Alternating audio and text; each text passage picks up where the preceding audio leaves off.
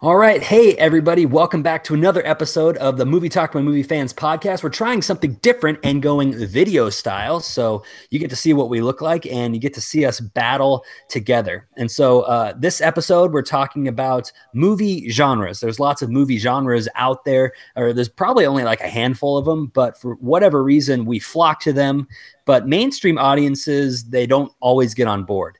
With so much passion behind these films, I thought that it'd be great from two people from our group get together, battle it out in a movie wars style episode with two headliner main rounds. And the first one would be what is the best movie genre of 2018 so far? Or that's going to be one of the ones we talk about. And there'll be a bunch of sneaky speed round questions, so stick around for those. But without further ado, I am going to start the intro music because you can't start a podcast without the intro music. And I'll just hold this speaker right here. Wait, I think that's only in my ear. Oh, well, we'll do that later. That's post-production, guys. We Post-production. can all just sing it. Fix it in post. Fix it in post. Movie Talk by Movie Fans podcast. Something like that. All right. Well, with us today, we have Nolan Dean all the way over the Atlantic. So what's up, Nolan? It's very cold. It's very dark because I'm in Scotland, and it's not really scary because I just saw The Nun. So Nun wasn't that scary? No. Not scary. Poor Nun. Poor Nun. And then Nathan, I'm not sure where you live. I think you live in Texas, right? Somewhere? Missouri. Missouri? That's close. Yeah. Nathan Heredia, what is up, Nathan? The sky, Caleb. Oh, very good. Yeah. Well, what are we doing? Like high school jokes? I'm the resident dad joke person, so let me handle the dad jokes, please. All right, you got it from here. So what's going on in Missouri? I'm super busy, but I've been trying to find space to do this since I love the podcast, so it's going to be fun. Cool. Thank you. And here in Phoenix, it's probably the opposite of Scotland. It is very hot and dry. And it's very bright outside all the time, except for nighttime. So without further ado, we're going to go ahead and jump in to these movie-related questions. So the first round, I'll give you guys about 10 minutes to fight it out. We're going to start with Nolan, and then he'll have his opening arguments. Then we'll go to Nathan. He'll have his opening arguments, and you guys can fight it out. But we wanted to start with this question. What is the best genre to be nominated, the best genre movie to be nominated for Best Picture? So that's all time. It has to have some kind of either horror or fantasy or sci-fi elements to it. What or any other genre, really. What is the best genre movie to be nominated for Best Picture? Nolan, you go first. Well, it's a recent one, but screw it. It's still that great. I'm going with Jordan Peele's Get Out, because when this movie came out, everyone was talking about it for the entire year up until the Oscars this year. We all wanted it to win Best Picture, even though it didn't. We all supported it. We all talked about it. We all debated the meanings around it. We all rewatched that hypnosis scene, which is eerily terrifying, and kept discussing the themes in Get Out. I think Get Out is the reason that most video essayists on YouTube still have a job. And it's still even watching it now, it's one of the Best Picture nominees that is endlessly fun and rewatchable. Aside from that, you've got a really great story about like racial injustice and twisting that in this cool like little Twilight Zone-y kind of thing. And for someone like Jordan Peele, who comes from comedy, to be able to pull out a movie that I think's as good as like the original Halloween or Scream or Nightmare on Elm Street in terms of impact, that's got to be the best genre film to be nominated for Best Picture, besides maybe Silence of the Lambs. So I'm going Get Out. All right, Nathan, what is your pick for nominee for Best Picture? All right, I went the popular route, but I think my pick is very personal to me, and I went with La La Land. So I think the musical genre was pretty much lifeless before La La Land was released, because movies were mostly just being music-based with like Sing Street and Whiplash and Inside Llewyn Davis. But La La Land was not only a great movie, but one that brought back life into the genre, spawning The Greatest Showman, A Star Is Born, and a remake of West Side Story, headed by Steven Spielberg. And but Get Out was an important movie, and it was a good movie. But I think it was easily the worst of the nominees from last year, and I don't even think it was the best horror movie of that year, which was It, objectively. But and also, like you mentioned, Get Out isn't even the best horror movie to be nominated for Best Picture either, because that was Silence of the Lambs. Silence of the Lambs But is a thriller, my friend. is it though? Uh, La La Land may not have had like the themes of racial tension and the freaky vibes that Get Out had, but La La Land did have a really good message of never giving up on your dreams and how much love and support can get you, and uh, and that's more than just don't date pretty white people with a crazy family. So Awesome. Well, you guys fight it out. Nolan, what do you have to say about all that stuff?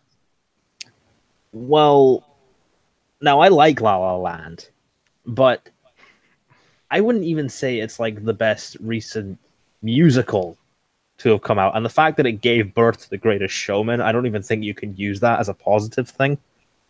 well, it did make a lot of money and it has had a lot of success. You know what else made a lot of money? Transformers.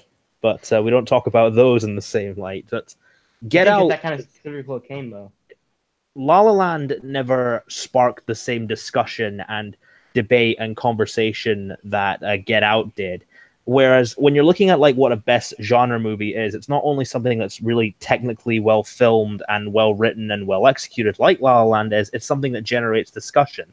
When La La Land came out, all the people were talking about is like how it's kind of going against the whole musical thing and just like, she's this is hard to argue actually because I am a big fan of La La Land, but I would argue that La La Land is one of those Best Picture nominees that is a little hard on rewatch because the ending is somewhat nihilistic, whereas Get Out it might have a bit of nihilism in its themes, but it does end on a hopeful note. So ironically, Well, so you're does coming La La out of Land.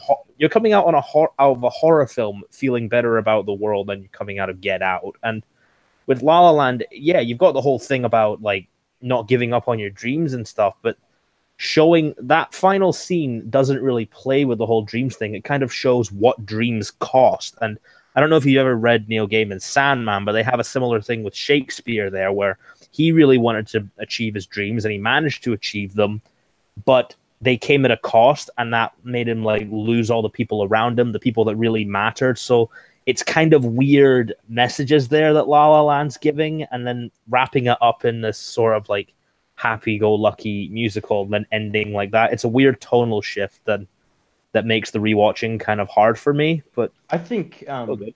I think that La La Land is actually really rewatchable because I think it's maybe the ending did not end. It did not go how many people wanted it to.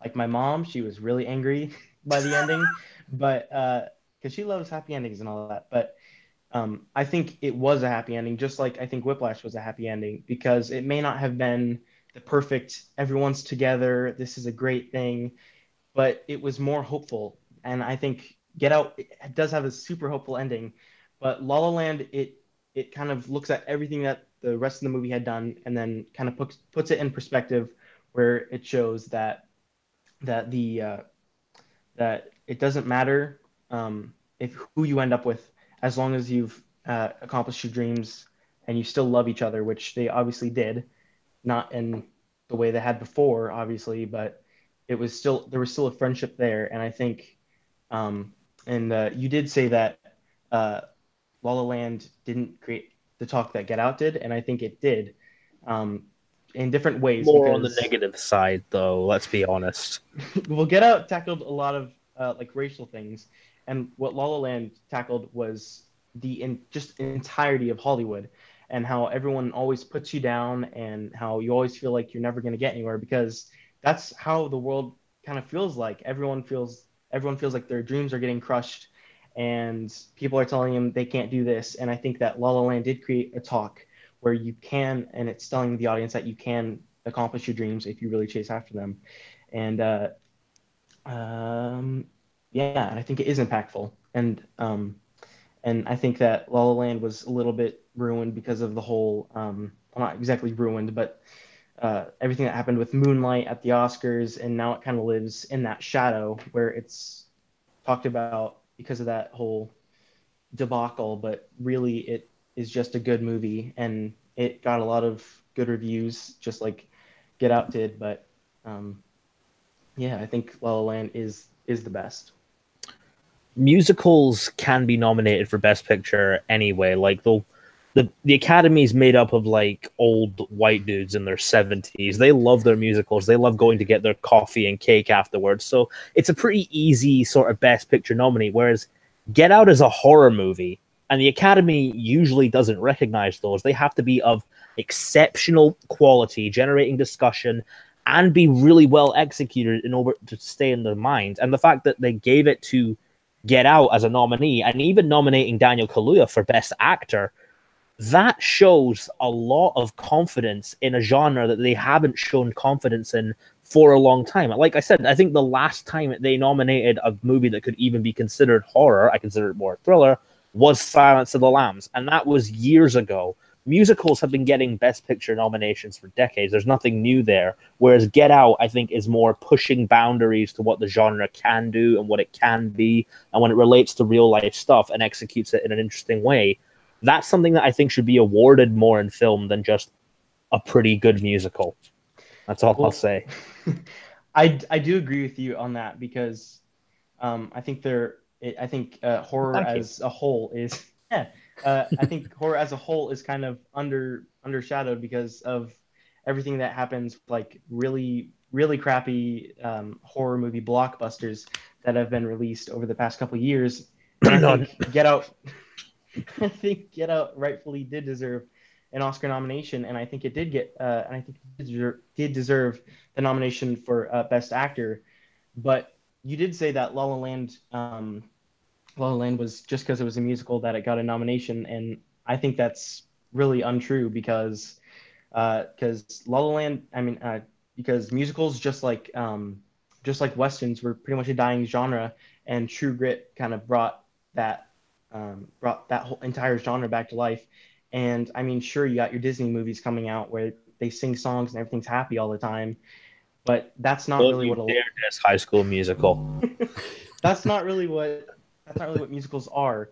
And I think yes, you can say that La La Land did speak to the older people, but I think it did speak to the younger people as well. And I don't think it was necessarily the audiences that impacted it, but rather the themes.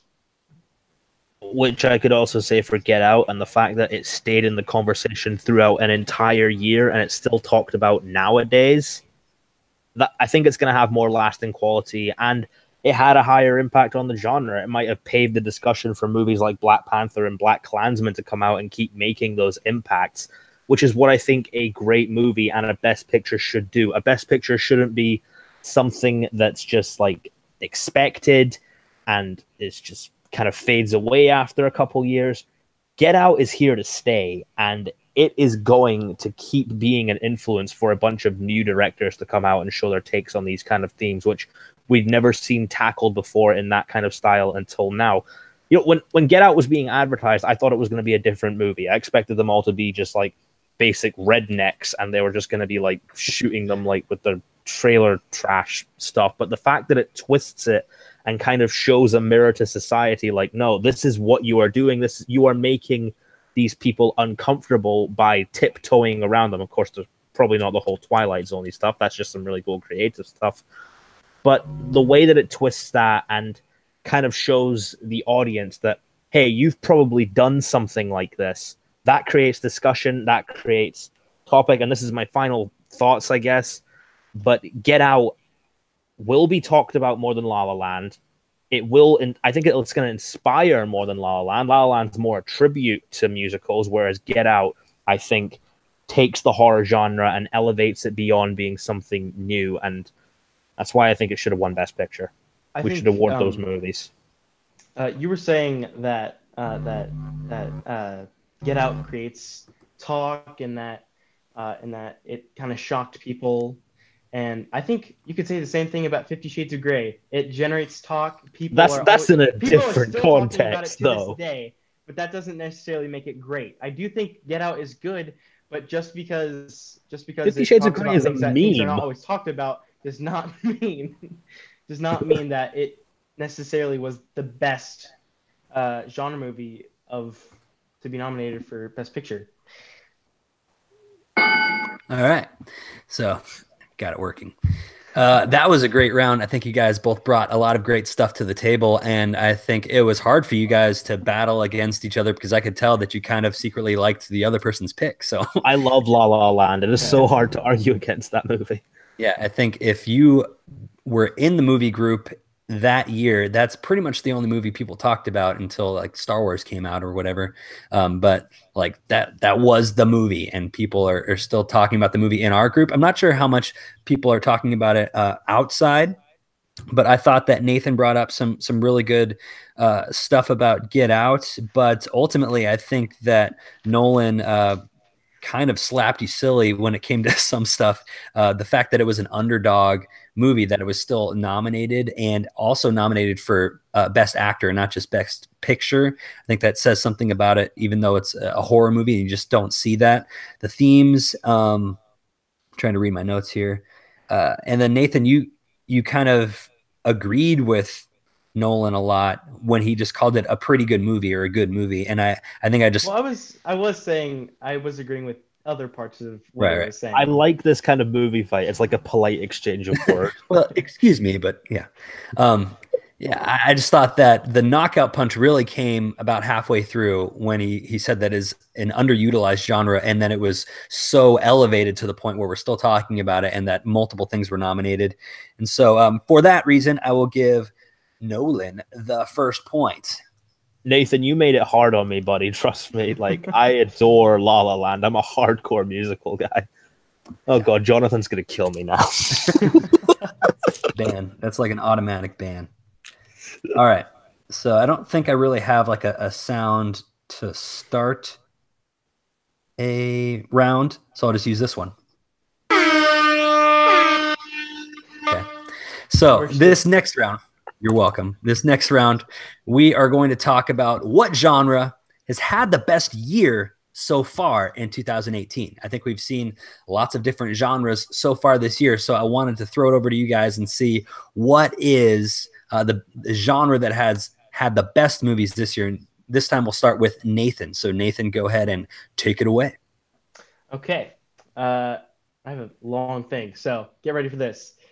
Okay, I wholeheartedly believe that documentary genres have had the best movies of the year so far. In fact, 3 movies from this year are in my top 10 for the year, and Won't You Be My Neighbor has garnered tons of attention for it not only focusing on such a good person, but also just being a great movie. And I listened to that soundtrack on repeat after I left that movie at least a dozen times.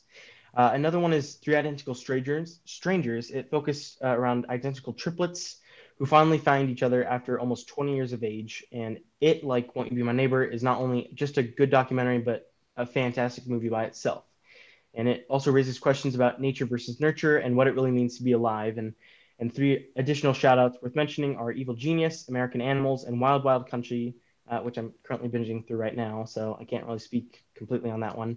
But I've only named a few, but there are just so many that have been praised. And I haven't watched some of the ones that have recently come out, but I'm seeing a lot of praise for those as well, which is RBG, Dark Money, Crime and Punishment, Robin Williams, Come Inside My Mind, and Fahrenheit 11/9.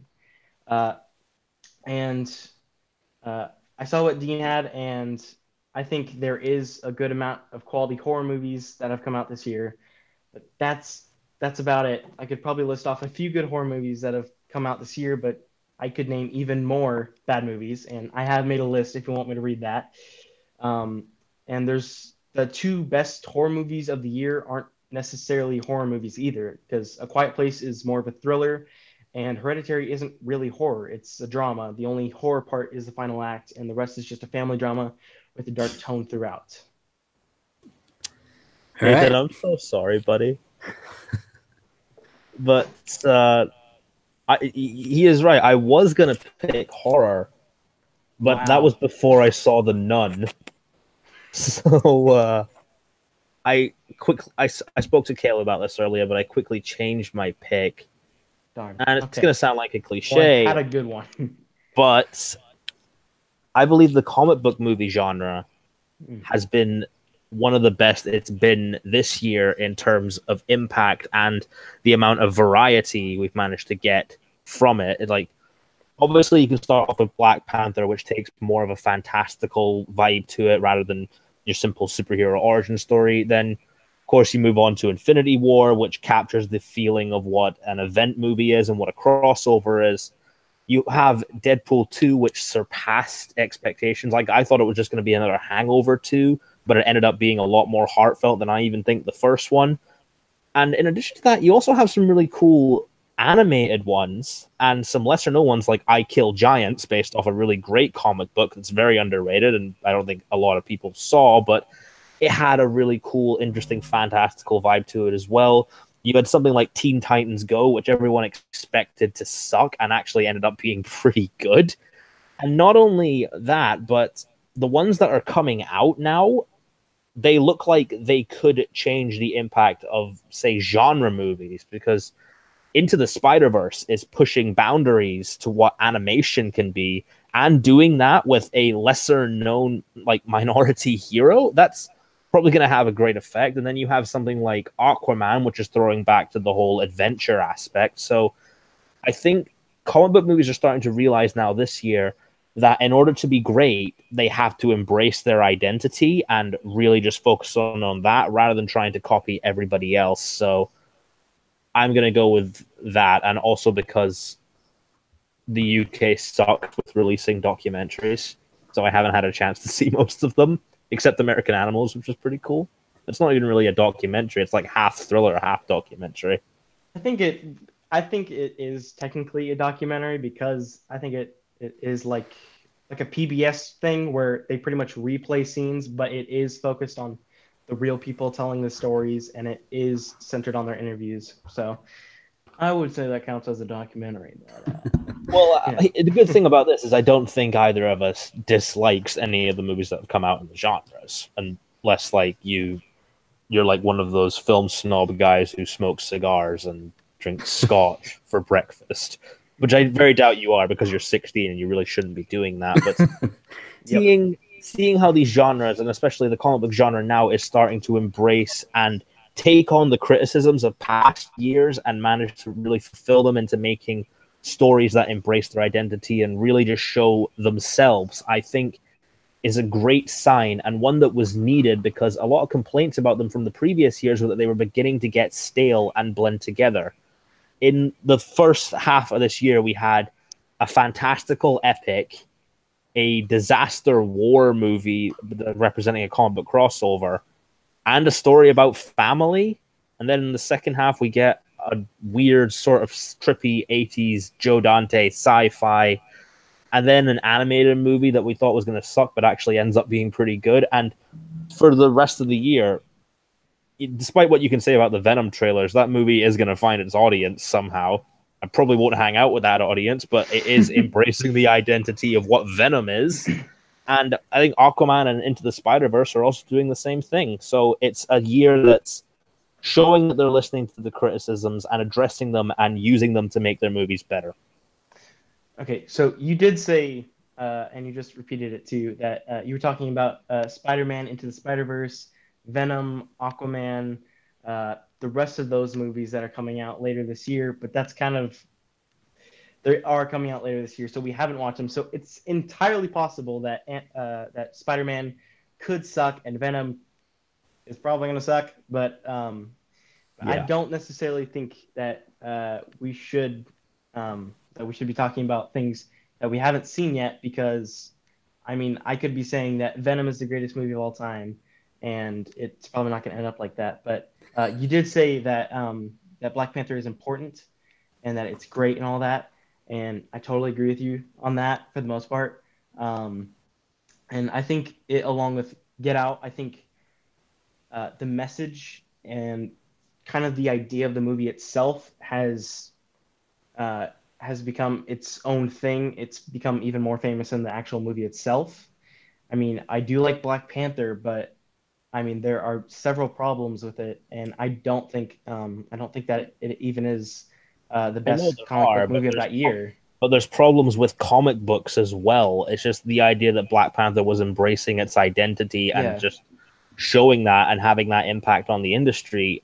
That I think that's more elevated than just looking down on something for having flaws. Every story has flaws. I'm a writer. It's what they have. But their flaws are kind of the beauty of it. Like, you don't love something because it's perfect and clean and everything. You look at the little imperfections. I'm pretty sure Ed Sheeran or something did a song about that. But just Well, because something so like you could be has saying the same little thing about the flaws, Nun. yeah, well, no, the Nun is not imperfections. That is just like that's like the worst kind of person. That's just like the random guy in a flannel shirt walking down drinking coffee who you walk past school every day. That's what the Nun is. But like the fact, I'll throw back to this. It's like they're beginning to listen, and even though they still have flaws, their impacts are still there. Everyone was talking about Black Panther. Now everyone's still talking about Infinity War. The fact that they committed to leaving that as a cliffhanger and they're not letting us in on the info, that shows how confident they are with these stories. And for the ones that aren't coming out, I mean, the trailers show that they're embracing their identity as well. Once they come out, it could be a different story. But as for now, because I don't have a time machine, I can say that all three of those movies that we've talked about, they're also embracing what makes their characters unique as well, which is something that we had complained about before and is being addressed, and it's going to make better stories because of it. So you did say that Infinity War is still being talked about to this day, and I think that that's an entirely different thing. Because the thing about Infinity War is that was going in, people were already giving that a 10 out of 10. And I think that the fans loved Infinity War. But if you really think about it as just a movie, it's not that great because the constant flipping between a bunch of different characters, it's you get You could say the lost in same it for a Lord of lot. the Rings, couldn't you? Well, you could, but that's actually like it really develops each character, and I think there is one primary focus, while And we've everyone had 10 else, years of developing all these characters. well, everyone else in Infinity War, they were just kind of like, so I guess we should go to like, go find and make Thor's new hammer, and then you have other people trying to take an Infinity Stone out of this dude's head, and then also like going to Wakanda and setting up camp, and it was That's what happens in there comic was book no crossovers. there was no primary focus, I don't think, because I mean, sure you have Thanos, but only like one person knew about Thanos for like quite a bit, and that was mostly Thor and Incredible Hulk, and also Ant-Man 2. That was one of the worst movies I've seen this year so far. Deadpool 2, I'm surprised that you said that it surpassed expectations since I was actually pretty disappointed by that since I really loved the first Deadpool, and I think Deadpool 2 was kind of realized, oh crap, what are we gonna do this time? And it tried to pretty much repeat itself, but it pretty much failed. And I will agree with you though that Teen Titans Go was actually a surprise. I was expecting to hate that going in, but it was actually really cool. But I mean, overall, when you compare that to the documentaries that have just blown expectations completely, I mean, Won't You Be My Neighbor? That it focuses on like such a great person. Not only that, but it also focuses on a show and also what made him such a great person and who he actually was as a person rather than just somebody with a show. And also just as well, I mean, Three Identical Strangers that has such a great story. And if you compare that to Deadpool 2, I mean, I think Three Identical Strangers is way better because it's even more cinematic than I mean than people jumping around and shooting things with webs and stuff. It's not that it's not that awesome, and I think the approach that Won't You Be My Neighbor took, rather than just focusing on a character with a really awesome past, but I mean everyone going into all these movies just was saying like, "Oh my gosh, I'm such a big fan of Black Panther, dude. I've been reading his comic books for years." But like, that's not true. But people grew up with Won't You Be My Neighbor. People had already established a relationship with that show and who he was. All right. Anything else you guys want to add before I ring the bell again? And this lady keeps talking. Get out of here, lady. All right. All I'll say is stories are best when they embrace what they are despite their imperfections. And for me, the comic book movie genre has been doing that this year. I'd like to respond to that, and then I'll call my quits. But I think Logan was a great example of that, and I think it didn't have imperfections, like you're saying. You could say something has imperfections and it's a masterpiece, like 50 Shades of Grey, or Keep bringing this movie up a lot. I think you like it. I'm starting to secretly think he's watching it right now. That's whenever I think of a bad movie, I think of 50 Shades of Grey. But you didn't actually watch it, did you? No. The look on his face. Well, is my mom here? Mom. Actually, she is. That's awesome. She's very disappointed in you. Yeah, but I mean, I think you can say something just because something has imperfections does not make it perfect. I mean, some things maybe, but I think that the cinematic approach that these documentaries took, rather than just focusing on a glacier of ice and calling that a work of art, I think that's completely something different, because it did focus on characters and what it big themes on what it really means to be alive and all that. All right. So I wrote down a lot of notes. What it came down to, this seems like between the argument of that these documentaries are good because they are focused and they're high quality and they're great stories, and then against the argument of these comic books are addressing the criticisms and they're entertaining and they're improving. And so it was a lot of that back and forth. I think Nolan talked a lot about the specific movies, and I think Nathan was able to kind of combat and knock it down, but I just don't think I heard enough from Nathan about the documentaries to combat all the stuff that Nolan talked about in the comic book. So sorry, I guess I have to award another point to Nolan. Can I just say I really want to see Won't You Be My Neighbor, but like the UK refuses to release it. To be fair, Nolan did never. Yeah, he pulled the switcheroo. He pulled the switcheroo at the end too to talk about comic book movies. Yeah. I was a bit blindsided there, so that's okay. The was so bad. That was a lot closer than I thought it was going to be actually at the end. But it doesn't really matter, because speed round questions you can catch right back up. I will see if this is working, and I can put up some speed round music. It's nice. Okay. So I'm gonna. Oh man, I think we're in Blade Runner. Yeah, can't hold that open. Okay. So you're gonna have 30 seconds for your first point, and then 15 seconds for a rebuttal. So when I say what the question is, whoever says their answer first will get to go first. Make sense? Yep. All right. So what is the funniest comedy of this year so far? Game night. So I think Nolan said Game Night first. Game Night. Okay. I'm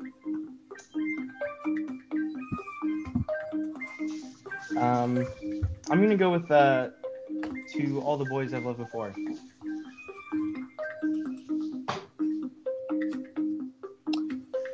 All right, Nolan, when you're ready. Game Night looked like a standard comedy and was elevated to include great visual gags and great humor, great characters, great heart, and the best comedy comes from feeling natural. That cast had so much chemistry. The visual directing was so unique. It used that as an advantage to help tell its story, just like a way that Edgar Wright would. The whole cast works so well together. They're naturally funny, so they just work well off of each other. And I think that shows what's best about comedy is when it comes from just interaction. And time.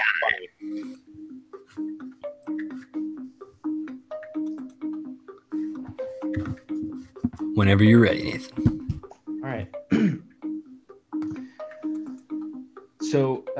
To All the Boys I've Loved Before is not only just an important movie, but also I think it is actually hilarious. It shows what it's like to be a teen growing up in this world. It shows the different relationships and chemistry different people can have, and also not only as like a comedy, it's funny, but like the lighting and everything else. The cinematography is great. I think that adds to the story it tells. And the group was never together in game night, so I don't know what you mean by chemistry because they were all in groups together. So I mean, like Jason Bateman was great with what's her face, but I mean, other than that, like everyone else was barely on screen. Time. All right, 15-second rebuttal. Her name is Rachel McAdams, and the group That's was it. together through certain sequences, like that thing in the mansion.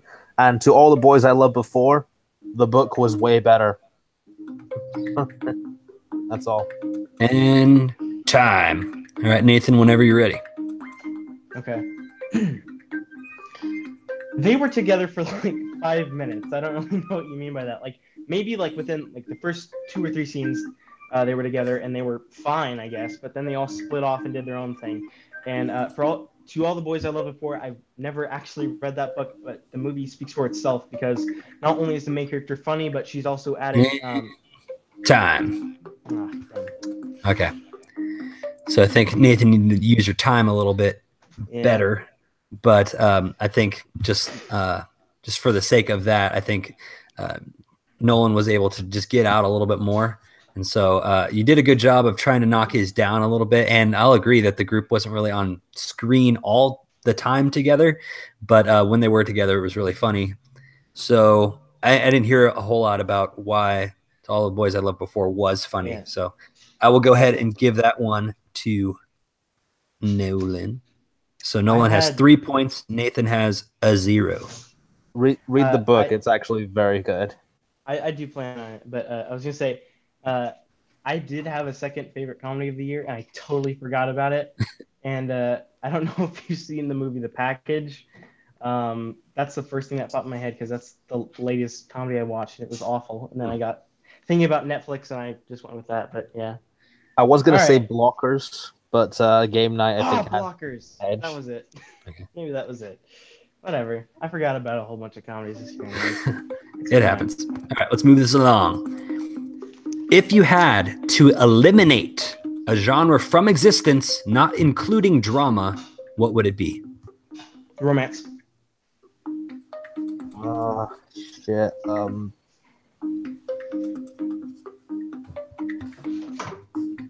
I can't think of a single genre.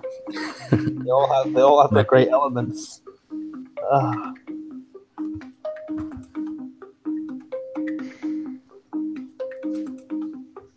Is the music making it harder for you? Yeah, it is.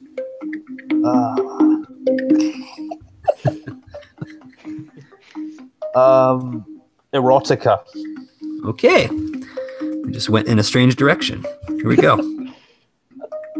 Oh, romance is first. Go romance when I say, or whenever you're ready. All right. This thing All keeps right. stopping. No one wants to see other people fall in love. Everyone else is doing just as bad. Second, they're all cheesy and follow the same plot and the same direction as all the others. I can't even name how many dumb movies I've seen. Like, sure, there are good ones, like When Harry Met Sally, but those are all different genres, such as comedy and all that. Erotica, no. I mean, And time. At least you have fun there. Yeah. All right. Whenever you're ready. Erotica benefits nobody. It's uncomfortable, it's weird, it's exploiting, it's fetishizing, and I dare you to name me a good erotica movie right now. At least with romance, you can get many different kinds of it. You can get something like Love Edward Simon, which is a Scissorhands John one. Hughes kind of thing. You can get 500 Days of Summer, which is a satire. Or you can get The Big Sick, which is just really sweet and delightful. Romance isn't going anywhere because that's part of everyday life. I think. And time.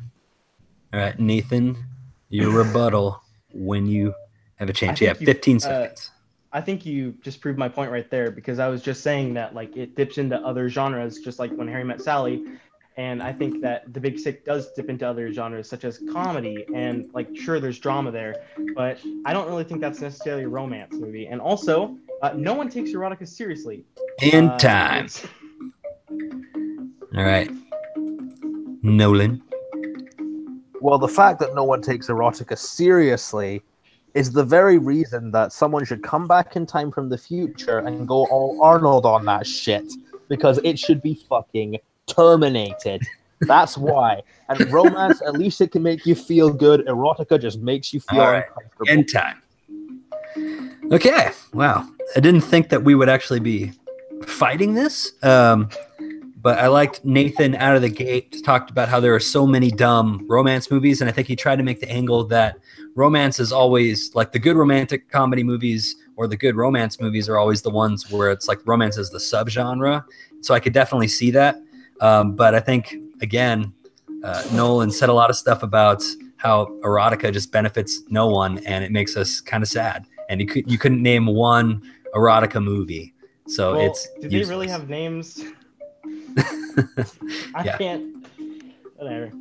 This is gonna like blow up when you post it on the group.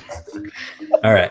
So Nathan, this is your chance to at least get like some points on the board because whoever gets the 5 points is going to win. And Nolan is really bad at arguing. I'm sorry. No, you're really good. I think you both have just got some really good ones and they've been close.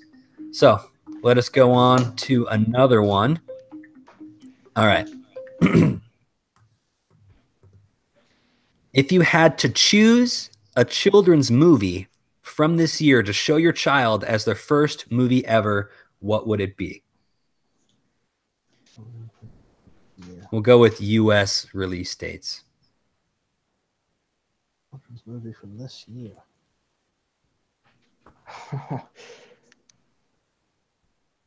I can't recall any children's movies from this year.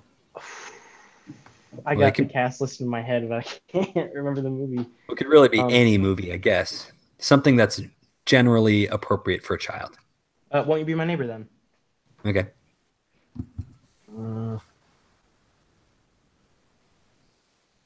Why am I thinking of Deadpool 2? Depends on what kind of parent but it'd mess them up. If I could show my kid one movie.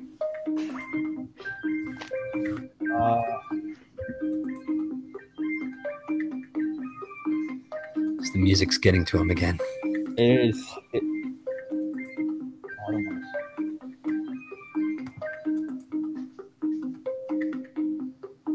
Teen Titans Go to the Movies. All right. You're about to make a lot of people mad. So let's go. Nathan, won't you be my neighbor? All right. Whenever you're ready. Mr. Rogers is an amazing person, and everyone should grow up to try and achieve to be like him. It's funny, and it represents good people, and the good people who also made the show Mr. Rogers' Neighborhood. And Teen Titans, it's crass. The humor can be annoying sometimes, and I think kids may laugh sometimes, but they might be a little bit uninterested by some of the side plots with Deathstroke and trying to make a movie and all that we may like. All right, and time. Nolan, whenever you're ready. I'm sure Won't You Be My Neighbor would be great for maybe like an older kid, but if you show that to a child as their first movie, how many kids do you know that watch documentaries? They are going to go and play with their Legos and start throwing stuff around. At least with Teen Titans Go, yeah, it's got some dumb humor, but kids laugh at dumb humor. They'll be entertained by dumb humor, and it will make them want to go further into maybe the animated comic book movie genre. It can get them watching some of like the DC animated movies when they're older, and it's just really delightful and about friendship and really fun. And time. All right, Nathan, rebuttal. I think other movies introduce kids to the comic book genre way better than Teen Titans does. I mean, you show a kid Avengers, they want to be like Tony Stark and all that. But I mean, you show kids Teen Titans, they don't want to be any of those characters because none of them are cool. That's kind of the point of the movie. And time. Whenever you're ready, Nolan. I don't think kids should necessarily be worried about being cool. That's kind of a weird message. But what they should get is that friendship is important, and it doesn't matter if you're seen as uncool. you can still be cool to other people. It's about the people you surround yourself with, and like, it's just really. And time. All right. Well, I think that Nathan actually really brought it to be able to introduce a child to a role model, somebody that you would want to see. And he made good arguments against Teen Titans, that if I had a child, I wouldn't want this to be like their first superhero movie, and that it's crass. And as a parent, I want to avoid that kind of humor for as long as possible, because their teenage years, they'll have plenty of crassness, but I'm going to enjoy these little times. So point Nathan. I just looked up kids movies from 2018, and no joke, Hereditary showed up.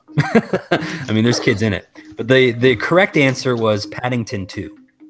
Yeah, but that came out in 2017, though. I said U.S. release dates. Let's go that in 2018. Yeah, we got it in January, I think. Oh, I'm sorry. But yeah, I guess you wouldn't know, but disadvantage. All right, let's go.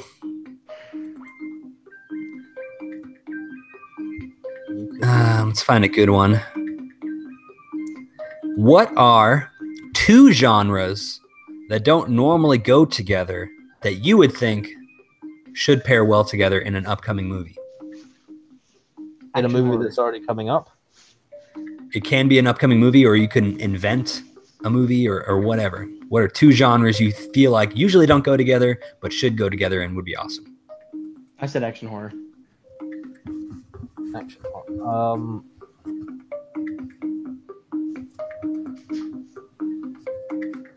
Kids horror. Kids horror? I'm just glad you didn't say kids erotica. That would be a problem, and we'd have to just stop this right now. Get you some help. All right, so Nathan, whenever you are ready, action horror. Okay. Everyone loves a good action movie. Everyone loves a good horror movie. And if you put them together, everyone's gonna go to that. If you like put what Mission Impossible did to the spy genre and mixing that with the action, you could do that to horror and have it be a scary, intense time. Like, it's pretty much what Prisoner of Azkaban did, except if you went a little bit more extreme. All right, Nolan. Kids horror has worked in the past, and it will work again in the future. I don't know if there's any movies coming out now of it, but there should be. Just look at stuff like Neil Gaiman's adaptations of his books, like Coraline. We could get something like that for the Graveyard Book, and it's important for kids to realize that they have to face their fears, and doing it in a kid fashion where it focuses on like the sort of innocence and naivety of being scared of something. That could help a kid realize that they can face their fear and they can overcome it, and that it's not shameful to have fears. Action horror already works. Like, have you not seen Evil Dead or like anything like that, like back in the 80s? Like, kids horror is something. All right, in time. All right, Nathan. So you were saying towards the end that kids horror is not something that commonly occurs, but I mean, that's literally what Harry Potter was. Harry Potter had several things of horror there, and it was focused solely around kids. And when I hated Coraline as a kid, that movie scared the crap out of me. No one wants their kid to come home scared and crying after seeing a bunch of dolls get their eyes ripped out. And time. Nobody wants to see their kids coming home crying. All right, Nolan. That might have just been because you were a scared kid, but there are kids out there who do enjoy that stuff and love seeing the messages beyond Coraline. I've got a little cousin who adores that, and she's 8, and she wants to see stuff like it. If you take horror and you put it in a kid's movie with a great message, it can make the scare factor more like easy for them to deal with after they grow up. All right, so had some pretty good stuff from both sides, and I feel like Nathan got a little personal from his youth of being scared of these movies. It was scary. Coraline was freaky. But I think it's scarier. Yeah, I don't want to. But Coraline I really like. But I think Nolan made a lot of good points about just mixing the innocence and naivety with the horror genre, and then also just helping kids face their fears, that I think I have to give Nolan the point and the game. So good job, Nolan. See if I have a applause effect or something for you. But how do you feel like you did today?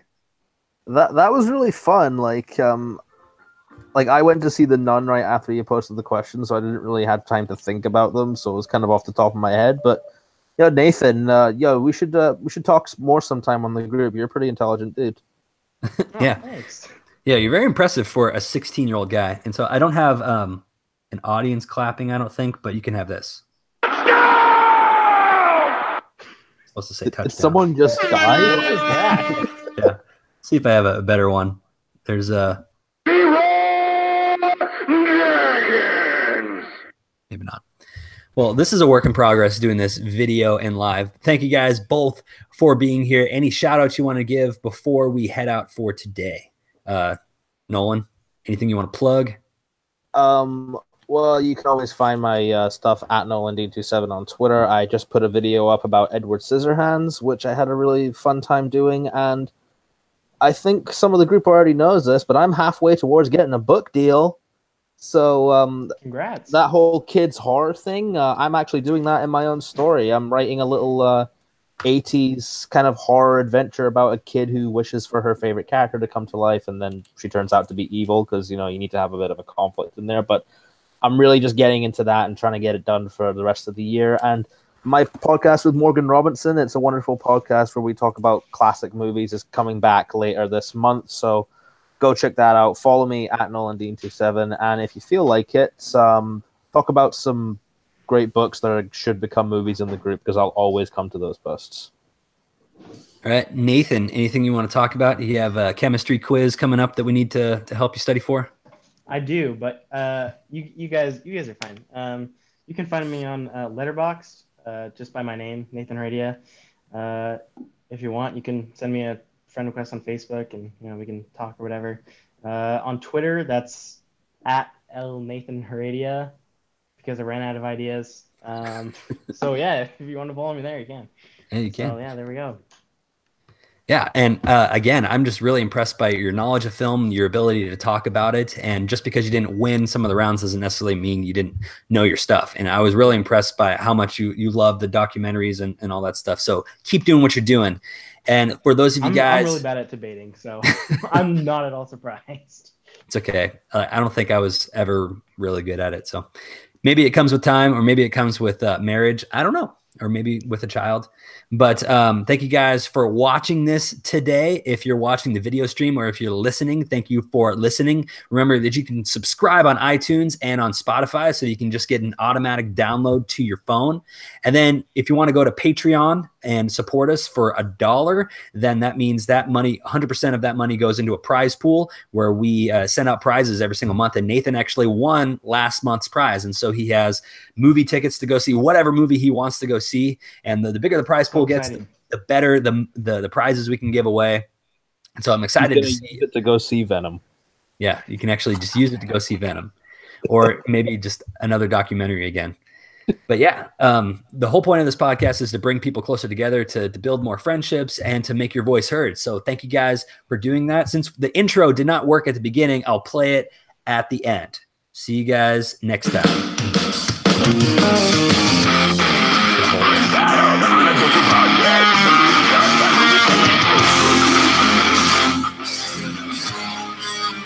All right, everyone, wave goodbye.